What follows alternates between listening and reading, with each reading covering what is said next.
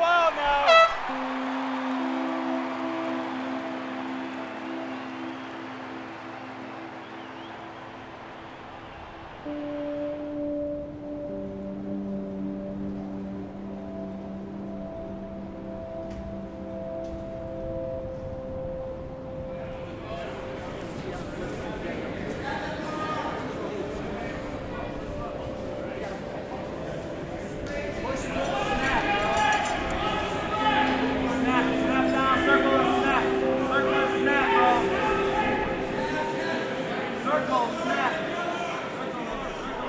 I'm better than you. You are. Look at, you see this face?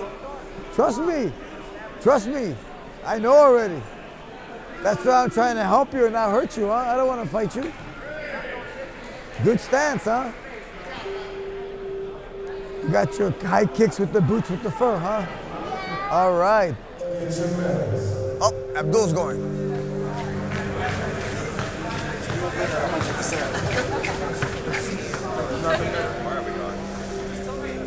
It was a very hard transition coming from fighting at a super high level and then coming to just, I don't want to say living a normal life, but just doing the normal thing everyone else does every day.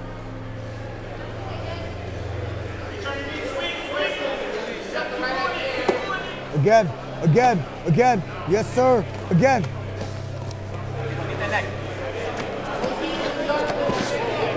You got to submit him to win, Abdul.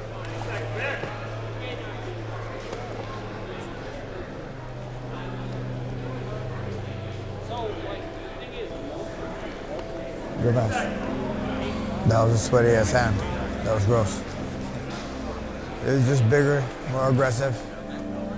I still get like recognized a lot, and that's cool, but it's kind of like a part of my life that's already gone past me already. The bittersweet of going to tournaments, because then in the middle of everything, you meet a lot of people that they would tell me, hey man, I'm not your student or anything, but I used to watch you when I was like, 7 or 8, and I watched your fights in WC. My dad was a big fan. And I started doing jiu-jitsu, and I was skinny, and now I'm, purple belt, and you saw me, guys. Makes you feel a little bit old. You'll be okay. Composure, control.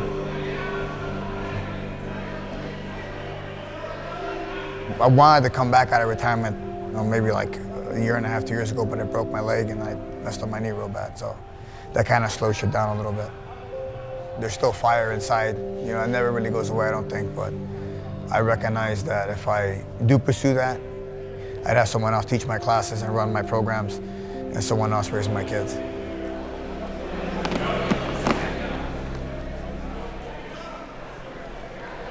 And this is what jiu-jitsu is all about. Family enjoying violence on a Saturday evening. What a great way to spend time. Amazing.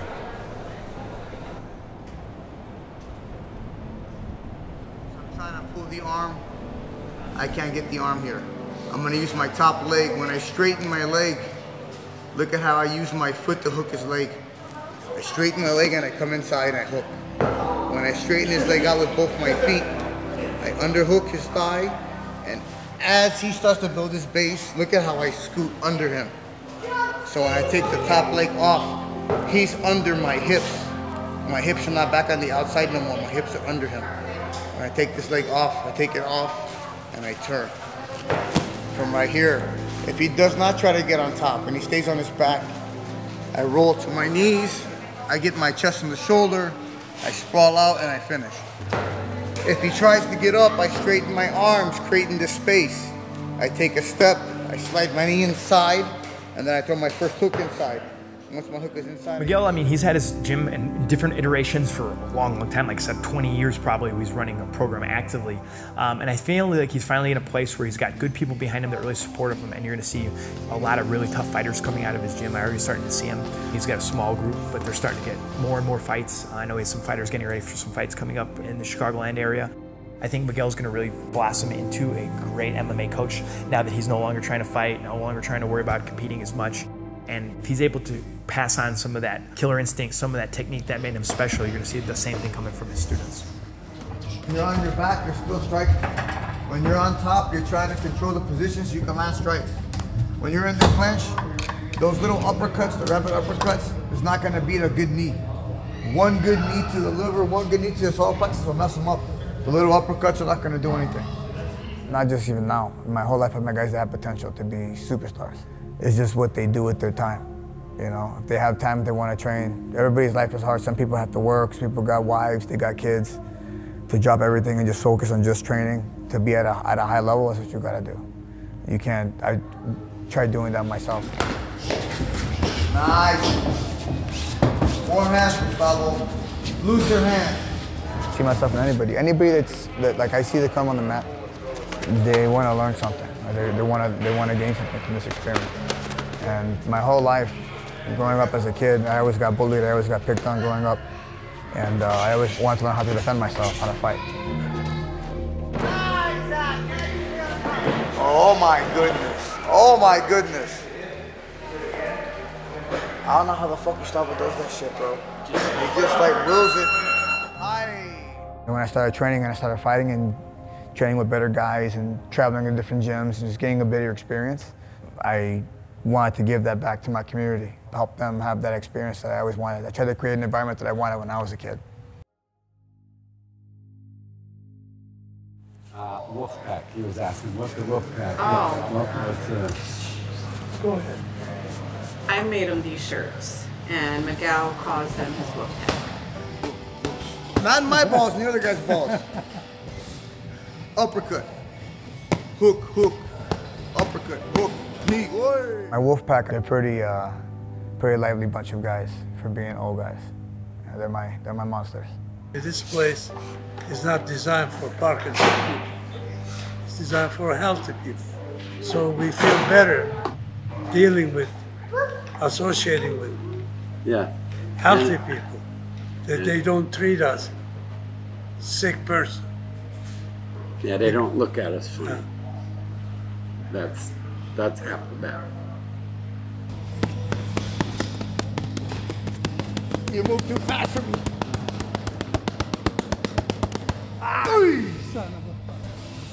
You move too fast, huh? Hey! It's good to have a camaraderie of us, the three of us that are here. The camaraderie is very, very good. And that's because we can come here and have it. You know, it's not, we wouldn't have it if we were just at home or try to go to a regular gym. A regular gym, we could go in there and they wouldn't have a clue what to do with us, and they'd all be looking at us like we're outcasts. Turk, to tell Catherine Zeta-Jones. Oh. This is your time to tell Catherine Zeta-Jones what's up, man. Yes. Bro, she's gonna probably see this one day. Oh my God. You tell her right now, huh? And she's right there, bro. Catherine, my boy Turk, he wants to meet you. And then when I see her, I faint. It's all right. It's like my wife says, I'm through. I'm 73. She's a puppy. And we give each other a little bit of crap, Turk and I. And there's another, well, there used to be 5 of us. And 2 of them have moved. So we're down to 3 because of the other movement of people. But it doesn't matter if there's one. I've come in here where it's just myself and he gives me the same attention. See, this is very important. One person, I come in sometime on the wall. He's there for me. As a matter of fact, sometimes instead of certain things it takes 15 minutes, he extends to 25 for me because I'm the only one. I like it. Hook. One more hook, one more. Uppercut. Hook, hook, uppercut. Hook, knee. There we go. Uppercut. Hook, hook, uppercut. Hook, knee.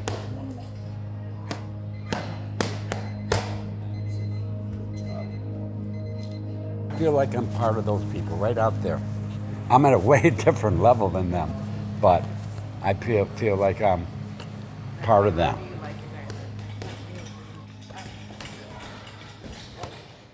For me, nobody here is special. Everybody comes in as the same. That's why I love the martial arts so much. When you step on the mat, you take off your shoes, you take off your socks, you put on your pajamas, and you get on the mat, and that's it. Everyone's the same. Your age, your religion, your size, your experience, none of that matters. It's what you do when you get on the mat.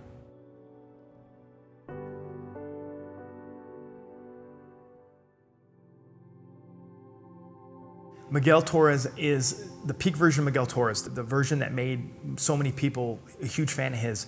Was one of the most dynamic MMA fighters of his generation. He should be in the Hall of Fame, whether it's a UFC Hall of Fame, a Mixed Martial Arts Hall of Fame. Miguel Torres was one of the world's best pound-for-pound fighters for a year and a half to 2 years. Everyone who knew what was what knew that he was in that conversation at the very least. In my personal opinion, there was at least a good year and a half, 2 years probably, where he was the best. He helped really build MMA in Chicagoland. Without his fights at the Hammond Civic Center, when we weren't allowed to fight in Chicago, I don't know if MMA in the Chicagoland area would have prospered the way it did. And if you want to watch what MMA was really about before Conor McGregor and Ronda Rousey and all the fame and the money when fighters were fighting just to prove themselves, Miguel is a perfect example of that, of just like fighting that kind of Bushido spirit. You always hear the term about Mexican boxers and they come to fight with heart, and that was Miguel. He brought bravado, having a mariachi band play him out to the ring, getting really involved with the crowd. He was doing a lot of the things a lot of modern MMA fighters have done, but guys like him really laid the groundwork for them. Look at the guys that helped get you to this point. There are now bantamweight fights, there are now women's fights that are main eventing UFC cards. When back in the day it was heavyweight, light heavyweight, middleweight, the lightest weight class was 155. I fought in a time where there was no weight class for little guys. If you were under 155 pounds, you were considered to be a female weight class. And that was the old days. When Miguel finally got to fight for a nationally televised promotion like the WEC, it meant a great deal. It meant a great deal to people here in the region who knew how great he was, but I think it probably meant a great deal to other fighters in his weight classes. The UFC had finally allowed lightweight to start happening again, and that was good. But a lot of people are smaller than lightweight. They're smaller than 155 pounds weigh-in weight, and so they still weren't sure if they would be able to have a career in this sport. Trailblazer. I think that not just me, but a lot of people who are in MMA, especially the guys at like 45 and below, those guys, you know, when they were coming up, aspired to be what Miguel was to the sport. For me, he's the guy who made 135 a thing. When he was in WEC, he made it where, hey, I want to watch that division. Because one of the things I think, you know, with the lower weights, a lot of people didn't really feel it was like, I don't really care about those weights. He made people care about those weights. He was the one who was like, hey, I want to see that guy fight. I want to. So I really believe he put 135 on the map. Let's say just a general sports fan, they're like, why do you love MMA so much? I'll show them Miguel Torres, Takeya Mizugaki. I'll show them Miguel Torres, Yoshiro Maeda. And I mean, even, let's look at this. I mean, I'm talking about those names. Miguel Torres gave a hell of a war to Demetrius Johnson back in the UFC. And Demetrius Johnson, once he beat Miguel, became Demetrius Johnson. His style was just extremely aggressive. He never had a boring fight. His guard was, I think, primarily it. Just very comfortable attacking with a high guard, throwing the legs up, cutting angles. And he had the long arms for front naked chokes and things like that. And then on the feet, he didn't mind trading. So his weakness was his wrestling wasn't great, so he couldn't dictate if he got on top for the most part. But he would stand and trade, and then he was happy to be taken down. And people would usually, after they took him down, they realized it was a mistake because he was one of the few people that wasn't reacting from guard, but he was acting from guard and making the other person react. Miguel always fought and had that Mexican warrior mentality when he entered the WEC cage or the octagon or any regional fight around the area. You never saw him want to take a step backwards. But I think that crowd-pleasing style, when you have that, you take more damage than what you should. And over time, the body can only take so much. I came in too early. Not so much my timing as when I got started. I think by the time I got to a high level, I already had too many wars. I don't even know if Miguel knows how many real fights he had, actual fights, because so many of them aren't on a record, aren't written down. He was a teenager going and fighting at like bars, fighting 3 or 4 or 5 grown men in one night. So those fights back in the day, whether it was in a bar parking lot, whether it was in a nightclub, whether it was in a bigger arena like the Hammond Civic Center, it was, you know, headbutts were legal sometimes. Sometimes gloves were optional. The fights that were not on my record, like you'd go to the gym, I would train at different gyms, and you walk into a gym and you're sparring 10 guys, and you're not sparring, you're fighting 10 guys. 10 guys trying to fight you. When you're the only professional fighter or one of a few, what you have is a bunch of people. You'll usually have like a line of like 8 people that are coming in 1 minute at a time. So you get fresh people all the time, partially because it's more challenging and partially because a lot of times they're not professional fighters, so what are they getting out of it? So they just want their 1 minute to go as hard as they can at you. And when we would spar, in quotation marks back then, we'd often have a mouthpiece and 4-ounce gloves on. And we wouldn't have headgear on, we wouldn't have big gloves on. But I remember watching Miguel spar with multiple high-level, you know, UFC veterans or guys that fighting multiple weight classes above him, 170, 185, 205, and Miguel dropping them with punches or Miguel getting dropped, and we would just fight. And these are world-class fighters with no headgear, no big gloves, and that was just how we trained. It was not the smartest, and it didn't lead to long careers, but there was not a lot of blueprint back then. So it was put in the gloves, put in your mouthpiece, and let's see who's tough. And it's brave and it's tough to think that way. Like that was my style, like a tough style. Like I was the guy that would tell the old man would tell me, wrap your hands, kid. I'm like, fuck you, old man. I'm gonna hit the bag like a man. And he would just nod his head. Well, now I'm the old man telling my guys to wrap their hands.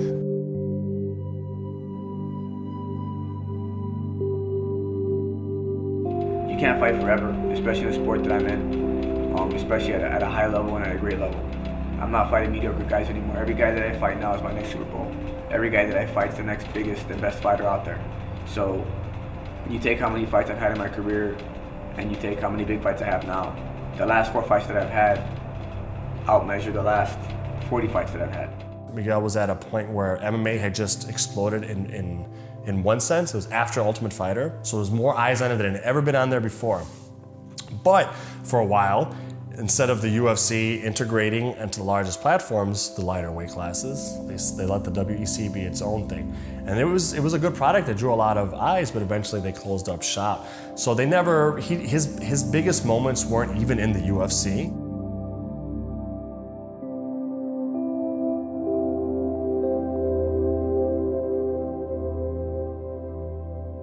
And he went 2-2 in the UFC.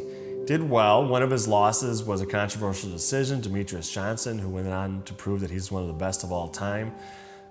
He was released in that span twice, though. He had like a really bad joke that he tweeted out, and he got released for that. And at the time, Dana White said his career in the UFC was over. Then several months later, after Miguel was apologizing publicly or spent some time doing that, they brought him back. He lost again, and then they released him for what ended up being a final time. My career ran the gamut after the UFC, and I was stuck looking for different places to fight, and then I would get fights, and then I think I had tore my knee again after that last UFC event. I was training for something, and I tore my knee, and then got it fixed, got PRP therapy, then got it tore again, and then I had like a bad knee for like a year and a half, 2 years, but all in that time frame, I had to take fights. You know, I was going through a lot of stuff, end of a bad marriage, and switched my gym over from a giant place to a smaller place, and managing that, and just all kind of stuff was going on at the same time. So those last years I was fighting was just kind of like, just trying to pay certain bills and take care of certain things. So my career gave me a lot of insight in life and made me like a better human being. But it was hard the last like 7 years, 6 years, pretty hard. It's pretty rough. Sideways gives me a longer jab. I have a side kick. I have all these spinning moves that I can do. So look at me. Make like a stance and just smile, and you're like looking like you're happy, and smile big. Everybody look mean. No, look at me. Look mean. Like look mean. Look really mean. Okay, now everybody smile again. Everybody cross your hands. Surviving, going through all those different things that I went through, it gives me purpose. You know, my purpose means more. I know I'm supposed to help people. I know I'm supposed to be here and make, you know, lives better. I have a purpose. As a martial artist, not to just protect people around me and my close vicinity, but people who come to me that need help. confidence problems, wanting to get in shape, want to lose weight, want to compete, want to learn self-defense, whatever it is. It gives me a stronger purpose.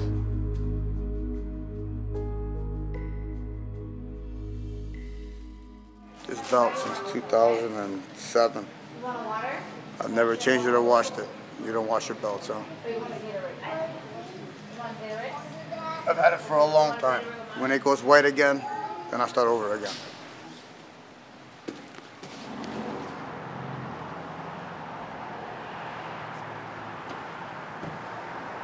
I was one of the first bantamweights that made the weight class popular. I think I fought my whole career for that. I think I accomplished that.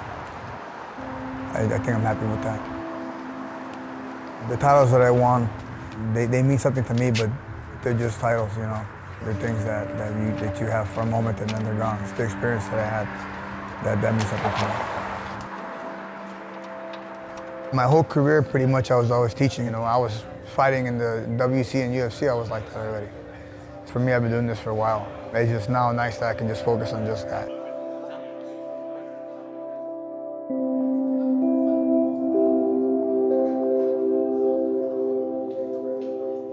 It makes the stress a lot less. When you're training for a title fight and you're taking care of a kid's class and the tournament's on this weekend and you got 2 guys fighting the week after that and a lot of stuff gets on your plate, you know. It makes your mind burdened. Now my only burden is giving my students attention. So it makes life a little simpler, a little slower, a little easier than what I was used to.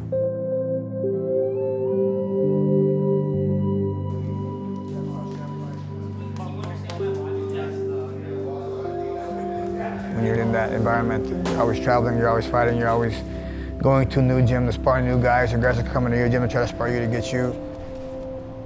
So there's always like, you got a target on your back. It's weird not having a target on your back no more.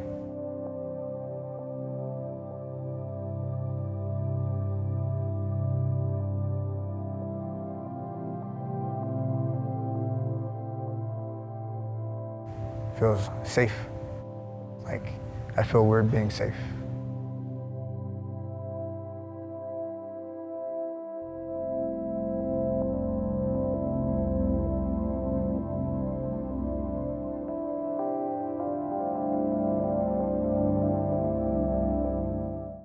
Loose hands, there you go.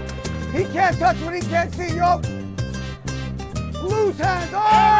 And breathe, pressure in here. Here we go. We're just getting started. Pressure and breathe the whole time. Be smart, hey! Pressure! Good, baby, there you go. Hey! Beautiful, huh? Let's chop that leg down more. Watch the counter shot. He's setting up a heavy counter shot. Watch the counter shot. Hey! Hey! Piece them up, combinations, right? You're beating this guy, huh? Let's go. Let's go, pressure. Pressure! Pressure! Pressure, yo. Hey!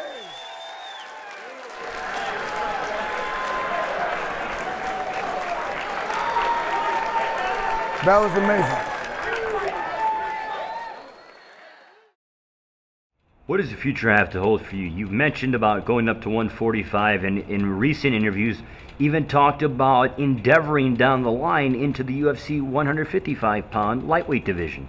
You know, I've talked about a couple of different things. You know, for me, cementing a legacy at 135 is the most important thing.